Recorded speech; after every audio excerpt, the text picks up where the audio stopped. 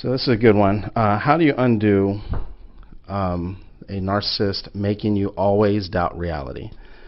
Number one, I mean, this is what they do, right? The gaslighting, the manipulation, this is literally what they do. So the way that you're wording this question, it almost sounds like the two of you guys are still together. It won't work. I can tell you right now that a lot of times people want to kind of try to, they want something like this. They want to heal while still in the relationship. And some people have even said things like, it's going to make the healing process easier once I leave. It won't work.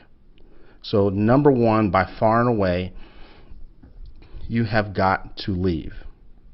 Right? You got to get out.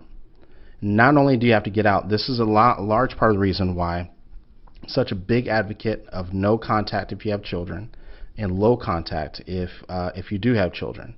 You have to begin to separate their voice, separate their beliefs, separate your feelings from their feelings.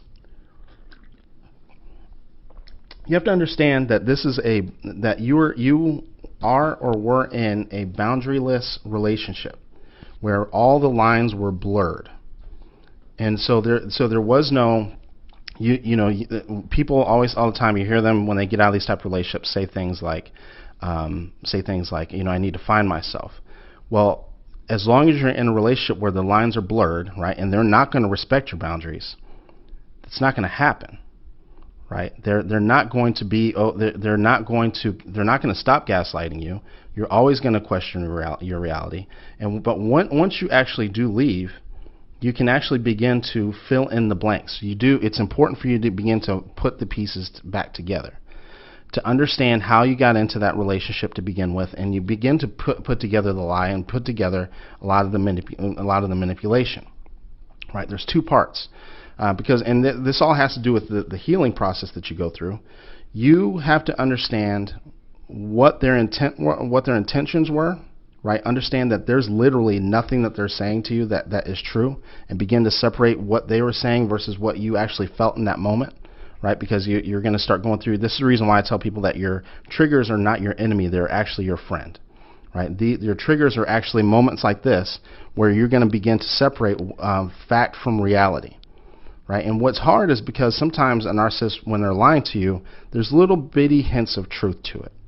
Right? And so it makes it a little bit more difficult. But once you leave the relationship and you're able to actually see it from a different perspective, right, and you're able to actually process it a lot deeper, right? Because going back to something I said earlier about this whole sense of urgency thing, right? You're able to piece together like, oh, I see what they were doing. I was so distracted over here that they said something so stupid, right? And I was literally just trying to get them to shut up.